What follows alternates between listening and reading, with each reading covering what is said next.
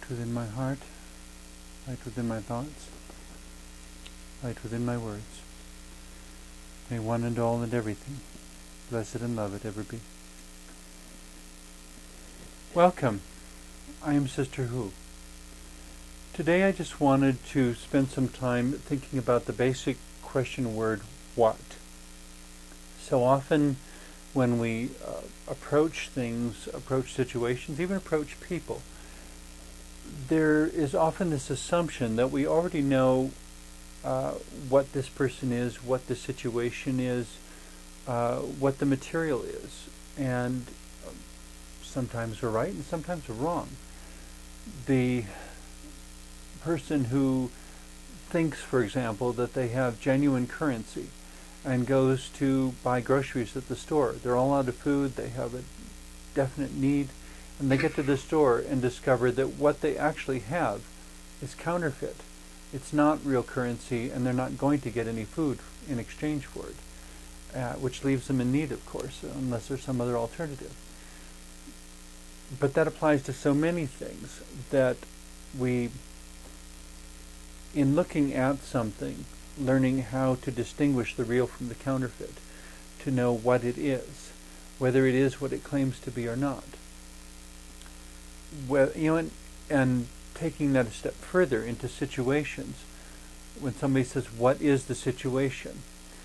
Well, the situation will generally be understood as being as much as the information that is currently available. So if, for example, there was a car accident, someone arrives on the scene and someone says, what is the situation?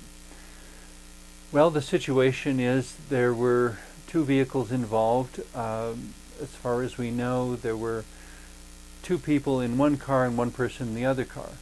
Perhaps as we're examining the accident scene, we discover that actually there were two people in the other car and one of them was thrown from the vehicle during the accident. New information, and suddenly our what has to change. So the question word what is also very temporally related. It's anchored in time, it's temporal, it's temporary. What it is now may not be what it will be a few minutes from now, even a few seconds from now. What is the situation? Well, a moment ago the situation was that John Doe was driving down the highway in perfectly good health.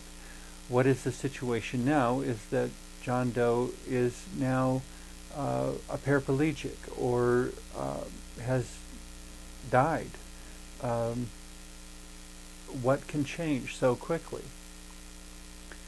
And so in that sense, it's a question that we need to ask again and again and again, continually coming back to the moment in time from which we're perceiving, because you cannot answer the question what, from a human perspective anyway.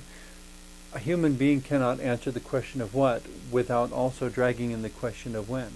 What never stands all by itself. There's no way to ask the question what in isolation from time and from circumstances.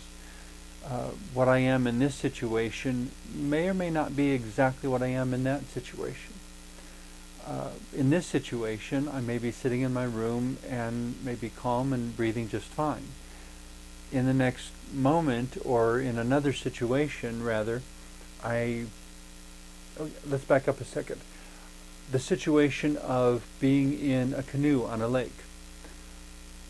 What I am at one moment, what the situation is at one moment, is that I'm sitting in a canoe calmly, breathing the air, hearing the birds, etc. In the next moment, if something upsets the canoe, I'm underwater and I cannot breathe water. I'm not a fish. I'm a mammal. I'm a human being. And so the what has now shifted in a way that will have a dramatic effect upon the basic question of life and death if I'm not able to re-enter the realm of air where I don't have to breathe water in order to stay alive. So what seems like a simple question, but to understand what we're asking, when we ask the question word what, I think it's important to remember that it's tied to when, because there's a perspective in time. I'm looking at it now, and saying what, I'm looking at it 5 minutes later and saying what, I'm looking at an hour later and saying what is the situation. And all three answers could be completely different. So what is tied to time? What is also tied to perspective? If you ask someone at a hypothetical car accident, what happened? You'll get one answer from the person who is standing along the side of the street. You'll get a different answer from each of the drivers involved, be it 2 or 3 or more.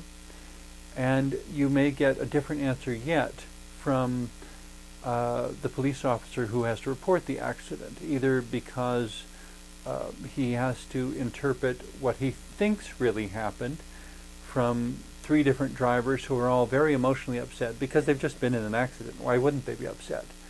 But because when we're upset, it's more difficult to be objective, and you say, what really happened?